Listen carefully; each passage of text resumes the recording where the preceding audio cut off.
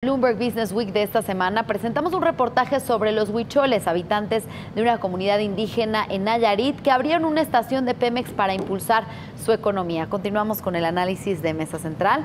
Y bueno, ¿de qué se trata? Sabemos que es una estación en la que pues 1,500 huicholes son socios. Son socios, es una gasolinera. Específicamente es una gasolinera en donde estas personas pues consiguieron recursos, invirtieron más de 11 millones de pesos para poder establecerla, hacer la inversión totalmente en la infraestructura, cavar la tierra, desde cavar la tierra, meter las bombas, hacer todo que comenzó en 2012 y apenas en febrero la inauguraron. Esto estamos viendo en pantalla lo que aportó la Comisión Nacional para el Desarrollo de los Pueblos Indígenas, más de 5 millones de pesos.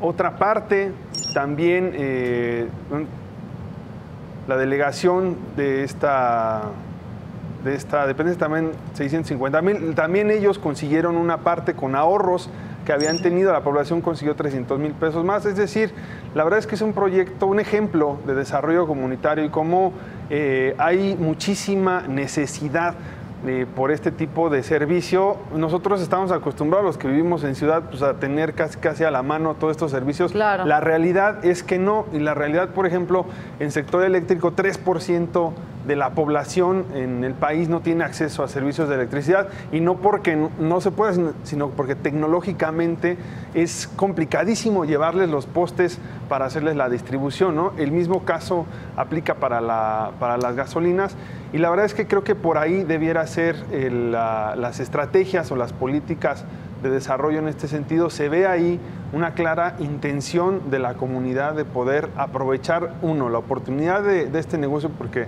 las gasolineras la verdad es que son minitas de oro, y si las tienen ahí, creo que es la única en un radio de 20, 30 kilómetros, 21 kilómetros, la verdad es que debe ser muy rentable, y más con la estructura de precios que se tiene ahorita en el país. Yo creo que es un modelo como de cooperativa, que es un modelo que la economía de este país no ha apostado por ese modelo, a diferencia de, por ejemplo, yo siempre, cuando se habla de cooperativas en este modelo de economía, pues Alemania me parece que es el gran ejemplo de cómo en Alemania más de 20 millones de personas forman parte de una cooperativa, y creo que no hace falta describir si es potente la economía alemana.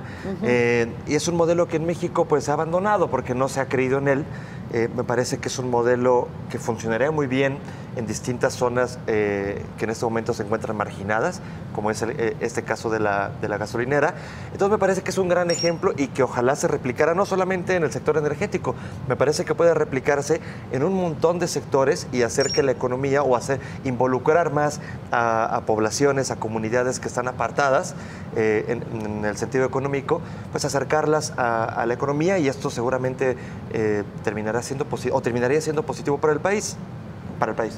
Pochotitán es el nombre del ejido, en donde hay 14 comunidades, y son los habitantes de esas 14 comunidades los dueños de esta gasolinería. En realidad, lo menciona en el artículo, pues para ser dueño de una parte de esa gasolinería no se necesita otra cosa más que vivir ahí, nacer ahí, y con eso ya puedes ser socio. Okay. Son 5 millones los que puso esta organización, 5 millones y tantos los que ya veíamos que puso la Comisión Nacional para el Desarrollo de los Pueblos Indígenas, pero son otros 5 millones y tantos los que puso el propio ejido, los ejidatarios, pues, y los habitantes de estas comunidades, 1,500 personas que, digamos, no hace falta tampoco describir mucho la situación en la que viven muchos indígenas en el país, y me parece muy loable de parte de esta comunidad que puedan tener este nivel de organización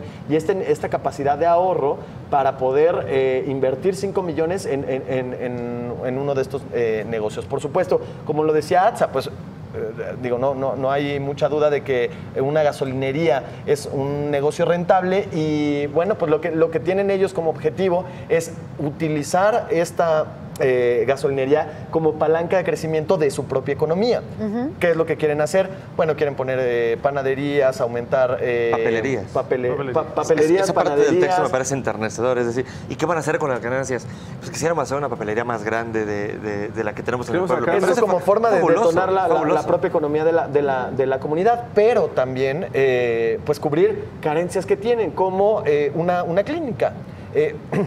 El artículo describe también que las picaduras, por la región en la que están, las picaduras de alacrán son lo más común entre la población, y muchas veces se necesita atención médica para atender una picadura de alacrán, y pues no tienen a dónde ir. Entonces, bueno, por una parte buscan apalancarse de la gasolinería para crear otros negocios que detonen mayor crecimiento en esa economía, en esa comunidad, perdón, pero al mismo tiempo pues también cubrir necesidades muy básicas de la comunidad y de los habitantes. Por supuesto, creo que es un ejemplo de lo que se puede hacer o del tipo de esfuerzos que se pueden hacer en el país como parte de del modelo de cooperativa, y pues también aprovechar de alguna forma cierta apertura, si es que es posible aprovechar cierta apertura en sectores que podrían parecer para grandes empresarios. Por supuesto, para nosotros aquí es incluso difícil imaginar poner una gasolinería. Bueno, pues ellos lo lograron, y lo lograron además cumpliendo absolutamente todos los requisitos que ellos lo mencionan. Son sumamente complicados, es sumamente complicado cumplir con todos los requisitos. Claro. Para nosotros es muy difícil poner una gasolinería, no así para el secretario de Energía, Pedro Joaquín Tolul, que tiene inversión en varias en Quintana Roo. Sus 5 en Cozumel. Pero fíjate que el tema aquí es, lo comenzaron a hacer en 2012, cuando había el marco legal era otro. Es decir, la única forma que había en México de poner una gasolinera era a través de Pemex. Y Pemex o sea, además de ser el suministrador, era el que creaba la regulación aplicable a las gasolineras en sentido técnico, administrativo, etcétera, etcétera. Ahora habría que decirles a los compañeros huicholes que tienen la oportunidad de cambiar de bandera, porque ya no es necesario que sea de Pemex. Sí, exacto. ¿No? Si ellos lo deciden así, pudieran, en cuanto termine el contrato que seguramente tienen amarrado, los tiene amarrados Pemex, pueden convertirse y ponerle cualquier otro nombre, ¿no? Lo cual pues también es importante, porque a lo mejor no nada más pudieran poner una, pudieran poner otra, no sé. Es lo que te iba a decir, que tanto pueden replicar esto. O sea, sabemos que es la única, como lo mencionabas, en los 21 kilómetros a la redonda. Entonces, ¿qué tanto podrían replicar este negocio que realmente es una alternativa de desarrollo económico? Sí, no, por supuesto que lo pueden hacer.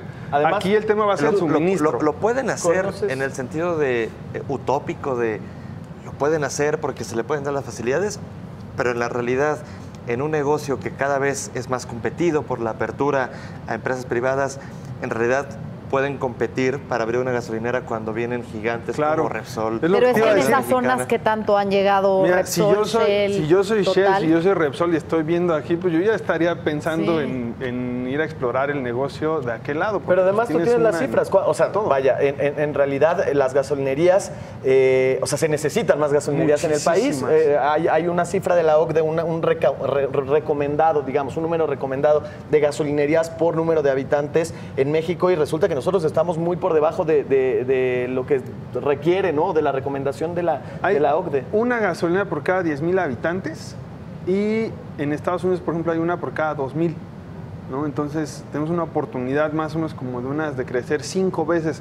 Actualmente hay un poco más de 12,000 estaciones de servicio en el país, lo cual te puede hacer 12 por 5 y ya te da una idea de cuánta es la oportunidad. Hay lugares y hay zonas como esta que no tienen gasolineras. Hay otras donde hay muchísimo, como es el Estado de México, está muy concentrado.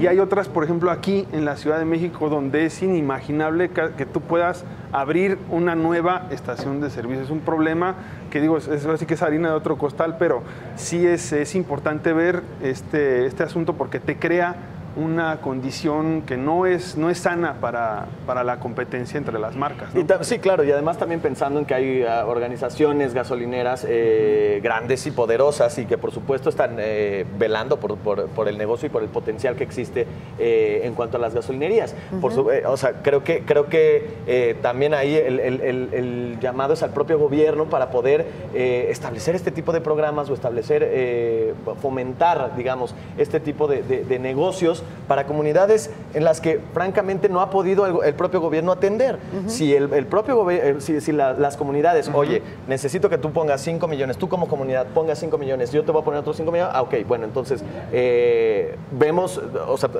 de forma conjunta podemos generar un esquema similar y así detonar la economía de eso. Lo ideal es que otras comunidades surgiera la idea de ellos, ¿no? Porque ya claro, si llega el gobierno y te dice, ponle tanto, la verdad es que tú le darías 5 millones de pesos al gobierno. Yo desconfiaré un poquito.